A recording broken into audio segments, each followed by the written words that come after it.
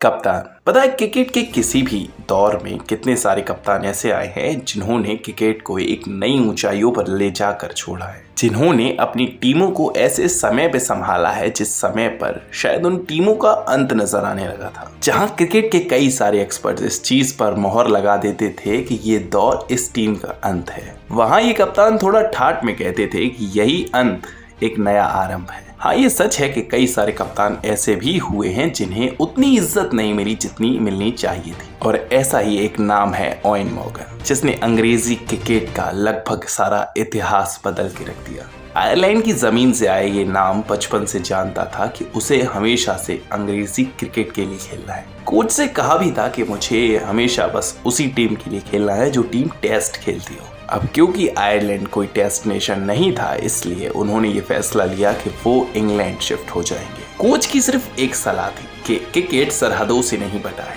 जहां से खेलना है वहां से खेल लो, मगर दिल और दिमाग हमेशा वहीं समर्पित होने चाहिए। तो कोच की सलाह लेकर ओवेन मॉर्गन पहुंच गए इंग्लैंड, जहां इंग्लैंड क्रिकेट उसका इंतजार कर रहा था जो उसका इतिहास बदलने वाला था। जिस टाइटल के साथ इंग्लैंड का नाम कभी नहीं जुड़ा, उस टाइटल का इंतजार अब इंग्लैंड का खत्म होने वाला था। अब क्योंकि ओवेन मॉर्गन की मां इंग्लैंड से थी, इसीलिए वो इंग्लैंड से क्रिकेट खेल सकते थे, मगर अगर वो इंग्लैंड से एक भी मैच खेलते तो आयरलैंड के पास वो वापस नहीं जा सकते। फैसला साफ था, उन्होंने इंग्लैंड को चुना और उस सपने को चुना जो उन्होंने बचपन से देखा है, टेस्ट क्रिकेट को। 2007 से लेकर 9 के बीच ओवेन मॉर्गन ने अपना वनडे और टी20 डेब्यू किया, तो मगर उतना अच्छा परफॉर्मेंस नहीं दे पाए जिसके दम पर वो इंग्लैंड की टीम में सिलेक्ट हुए थे। लेकिन अच्छी बात यह है कि वक्त के पास हर सवाल का जवाब होता है, और शायद ओवेन मॉर्गन को ये जवाब 2009 में चैंपियंस ट्रॉफी खेलते हुए मिल ही गया था, जहां उन्होंने बहुत सारी अच्छी पारियां खेली और लोगों को ये बताया कि मैं यहाँ टिकने आया हूँ। अब एक नया सवेरा ओवेन मॉर्गन का इंतजार एक नए रूप में कर रहा था, जिसका एक ही मोड़ था, वो था टेस्ट क्रिकेट। वनडे और टी20 ऐसे अगर ओवेन मॉर्गन को इतना लगाव होता ही तो वो आयरलैंड से भी खेल सकते थे, मगर जिस बच्चे का सपना सफेद जर्सी को पहनने का था, उसका सपना 2010 में अंततः लॉर्ड्स के मैदान में पूरा हुआ। लेकिन ये वो कहानी नहीं जिसे ओवेन मॉर्गन को एक स्पेशल खिलाड़ी का दर्जा मिल सके। ये कहानी शुरू हुई थी 2013 से, जहां पहले चैंपियंस ट्रॉफी और फिर ऑस्ट्रेलिया से एशेज सीरीज हारने का गम इंग्लैंड नहीं उठा पा रहा था। सभी एक्सपर्ट सिर्फ खिलाड़ियों के ऊपर दोष ही लगाए जा रहे थे, इसके अलावा और कुछ नहीं। नतीजा, ओवेन मॉर्गन ने जिस टेस्ट क्रिकेट के लिए अपना देश छोड़ा था, उसी टेस्ट क्रिकेट से ओवेन मॉर्गन को बाहर कर दिया गया। लेकिन अब भी एक अच्छी बात ये थी कि इंग्लैंड क्रिकेट को भरोसा था कि Owen Morgan white ball cricket में बहुत कुछ डिलीवर कर सकते हैं इंग्लैंड के लिए, और शायद इसलिए 2014 में ओवेन मॉर्गन को इस टीम का परमानेंट कैप्टन चुना गया। एक साल के भीतर होने वाले जो विश्व कप में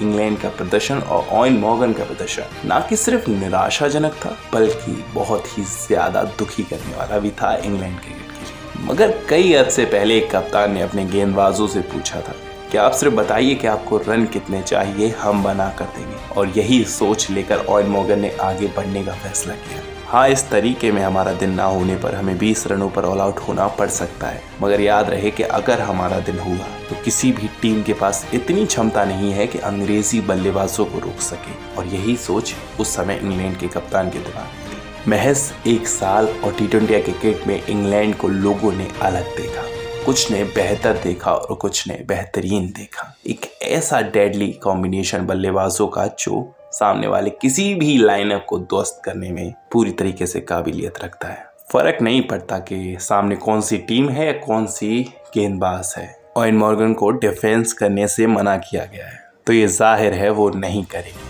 एक बेखौफ टीम को तैयार करके ओवेन मॉर्गन ने इंग्लैंड क्रिकेट के सामने खड़ा कर दिया था, और शायद यही वजह थी कि सिलेक्टर्स ने एक बार फिर ओवेन मॉर्गन पे ये भरोसा दिखाया कि वो इंग्लैंड को लीड करें इस वर्ल्ड कप में। 2019 के विश्व कप में न कि सिर्फ उन्होंने कीर्तिमान बनाना शुरू किया बल्लेबाजी से, बल्कि उनकी कप्तानी भी काफी इंप्रेसिव थी, क्योंकि विश्व कप के बीच में समय था तैयारी का। यहाँ सिर्फ डिलीवर कर सकते थे, यहाँ कोई गलती की गुंजाइश ही नहीं थी। ये परीक्षा का समय था। ओवेन मॉर्गन ने इस टीम को बनाया था, क्योंकि जब 2016 में लोगों ने कहा था कि बेन स्टोक्स को इस टीम में नहीं होना चाहिए, तब ओवेन मॉर्गन ने कहा था कि वो रहेंगे, हमें उनकी जरूरत है अभी तो कम से कम। और मॉर्गन का यही भरोसा उस दिन काम आया इंग्लैंड क्रिकेट के। जब बेन स्टोक्स अकेले लड़ते रहे उस जीत के लिए जो इंग्लैंड क्रिकेट इंतजार कर रहा था सदियों से, और अंततः इंग्लैंड क्रिकेट एक विश्व चैंपियन बन पाया। इतने लंबे इंतजार के बाद कई सारी आलोचनाओं से निकलकर एक ऐसी टीम ओवेन मॉर्गन सामने लेकर आए थे और वो आज विश्व चैंपियन थे। 28 जून 2022 को मॉर्गन ने क्रिकेट को अलविदा कह दिया। मॉर्गन की कहानी बड़ा सिंपल सी है। वो एक सोच लेकर आए थे, इंग्लैंड क्रिकेट टीम को दी और चले गए।